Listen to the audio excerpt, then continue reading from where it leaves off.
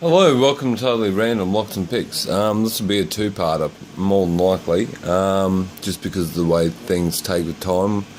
I've got a few questions about casting recently. So, yeah, this Ingersoll, failing having a pick handy. This should do to turn the core enough so that we can see a few of the levers in there, and I believe it is a W keyway or an M, depends which side you hold it up to, but yeah, from what I looked at, I thought it was an M, maybe a W. Nonetheless, that doesn't really matter to me all that much, as I don't have a blank. Failing having a blank. And no, I'm not drinking from a shot glass. That's just a little plucky shot glass. What I tried doing initially was, this was the first attempt, was taking the two-part catalyst and base, taking this piece of putty when it was malleable, I should say, and placing it in there. Held it in there, got an impression which is, as you can see, a bit damaged now. Then took the shot glass, half filled it with putty and a fair bit of graphite, and well, didn't drop it in so poorly, but yeah, pressed it in and got a cast, which was this guy here. So it's its own little casting pot, if that makes sense. Its own little crucible to some extent. So that guy fits in there. That won't be used in the final product, obviously, if there is even a final product to speak of.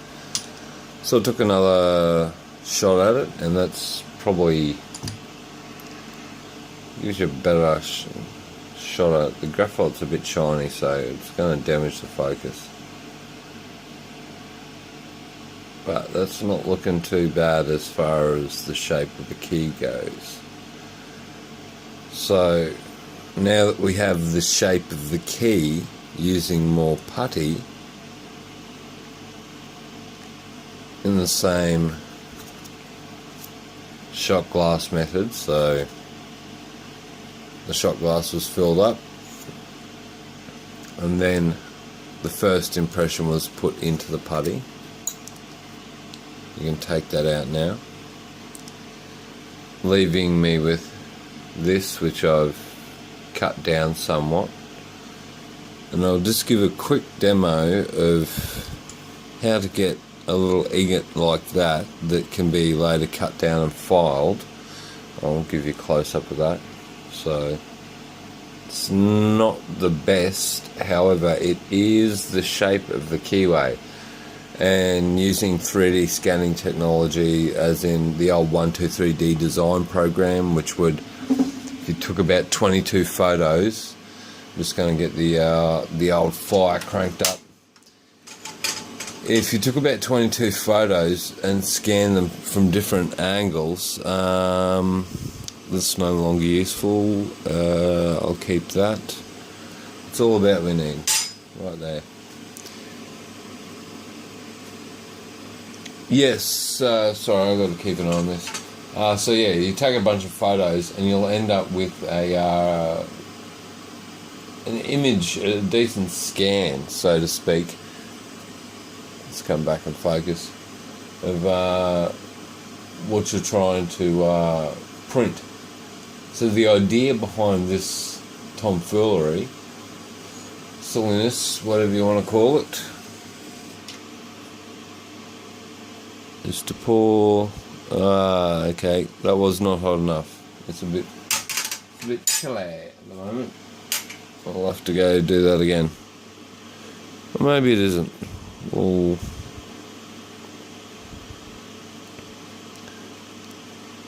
that's not as pretty as I'd like it, however. You got a shim and a pin.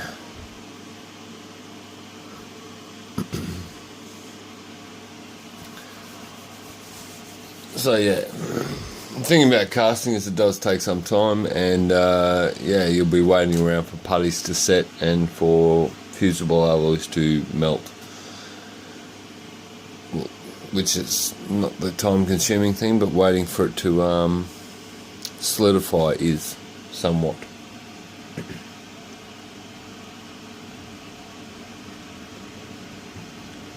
So I've taken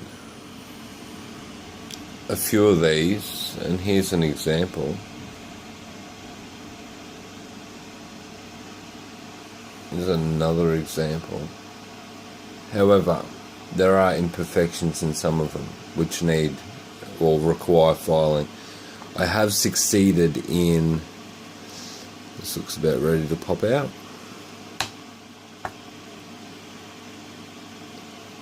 So now I have started to display, because it's such a tiny piece, but all I really need is this tiny piece with this small amount and some finer, really should be using tweezers. We'll hold it by the back so you can see the shape. With that shape, and I know some's missing from here, the observant watcher will note that. May need another cast or two.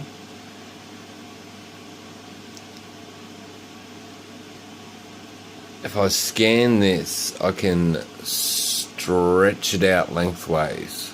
So in doing so, I get the right length of the key, and I can determine that sticking picks down it and different things and having a few different prints.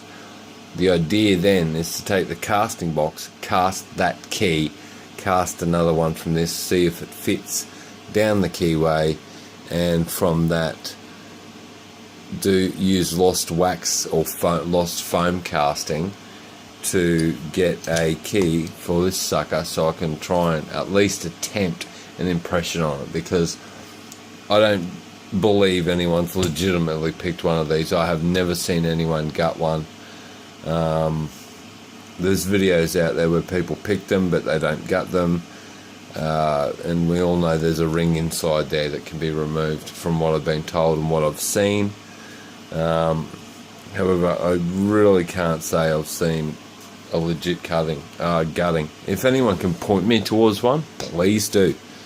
I'd love to see it. However, pause the video, I don't believe you. Simple as that. Because you could have taken the ring off, picked it, put the ring back on, and then gutted it with using the key. I'm not sitting here with all this crap because I have keys for it. It was given to me as a bit of a challenge, and that it is being so. Next step, using our little ingots, even though they're tiny and bloody hard to see, is to 3D scan that. So most phones can download an app and do that, if you're getting a really good shot of that, but I don't want to lose it inside the keyway. However, you'll see it does fit the keyway.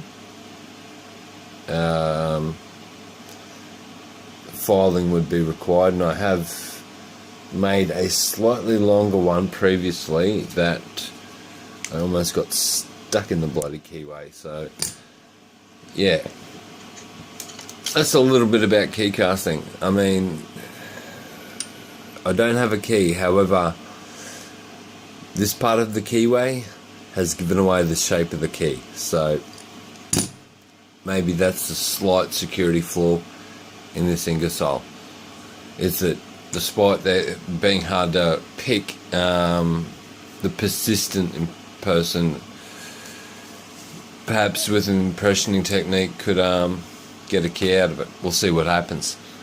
Totally random. Thanks for watching. And if you're interested in more casting videos, stay tuned. Cheers. Keep it legal and happy picking.